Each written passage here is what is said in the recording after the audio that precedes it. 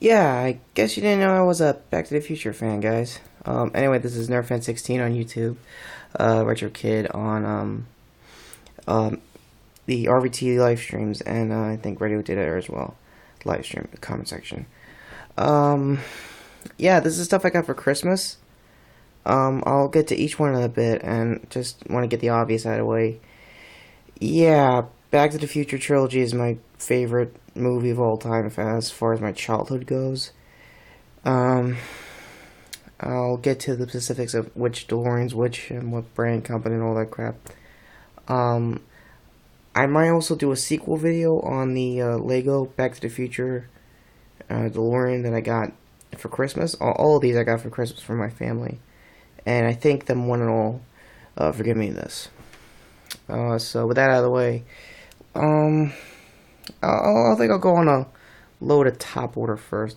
These are, I think, Welly diecast 1x24 scales. These were one of the first DeLoreans I actually picked up with the help of my family, of course. Back when I was way deep into the fandom. um, uh, and there's a reason why they're still packed, because one, it's a it's a good variant trilogy pack. Normally you have to buy these separately, and I don't know how much they are now. I've lost all track of the pricing on these, but they're fairly decent. I would recommend these if you're gonna start out with any of the movies. I also have some Back to the Future mini mates to demonstrate the next guy, the ThinkGeek Light Up DeLorean. It's more plasticky than diecast, and if I can do this right.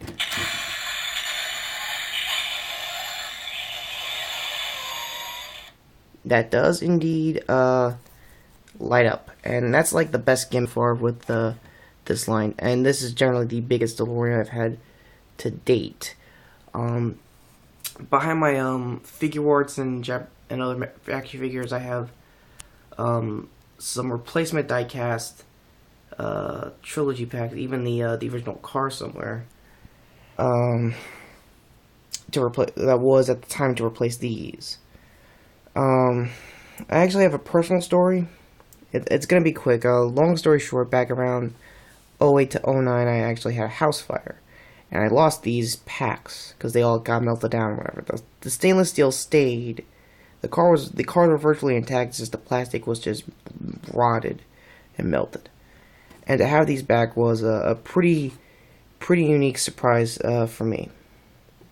So with that out of the way, the Lego pack, like I said, I'll get around to actually building it. To prove my point, I bookmarked sections that I still gotta build. So that's pretty cool. And I've had mini mates before. I think those got lost in the fire as well. This is I think part 3 Marty. Yes, it is. Mad Dog Tannen without his hat. I keep losing like those small parts. I'm pretty sure this is either the end of the movie or part 2 Biff. I mean, not Biff, Marty.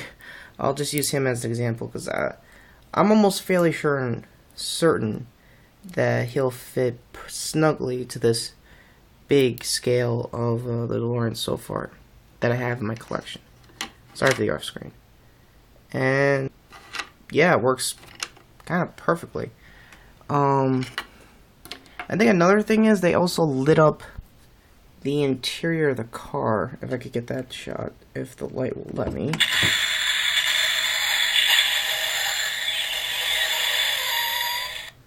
No, it won't, because it's on the Try-Me.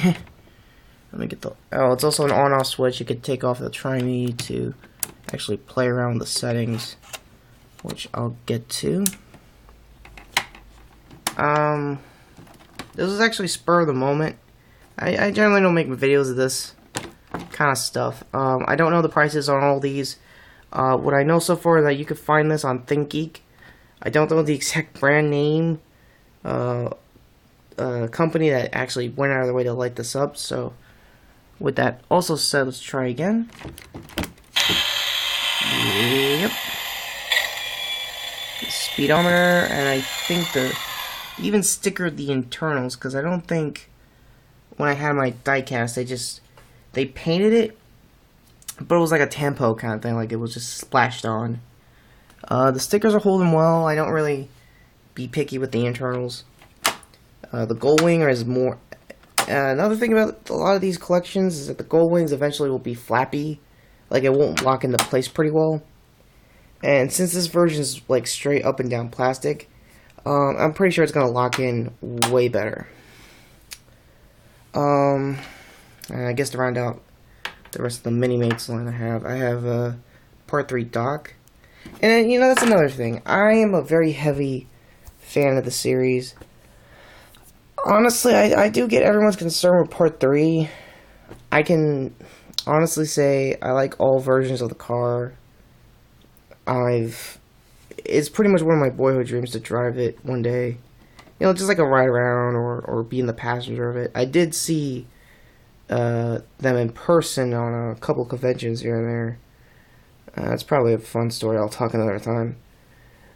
So yeah, with that out of the way, this was NerdFan16 on YouTube, Retro Kid on the RVT streams and Radio Editor streams, and I think a few more. I'll get to those eventually. Quickie. I did also see Time of the Doctor, the last Christmas special from Matt Smith.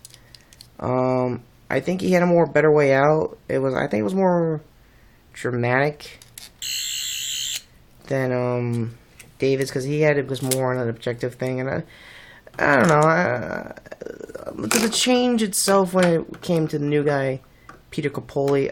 Again, I apologize if I didn't pronounce the last name right. I had a weird thing about that for a while. I don't know.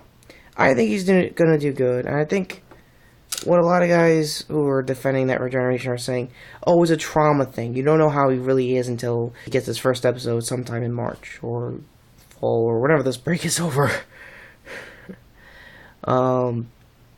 So yeah, laters.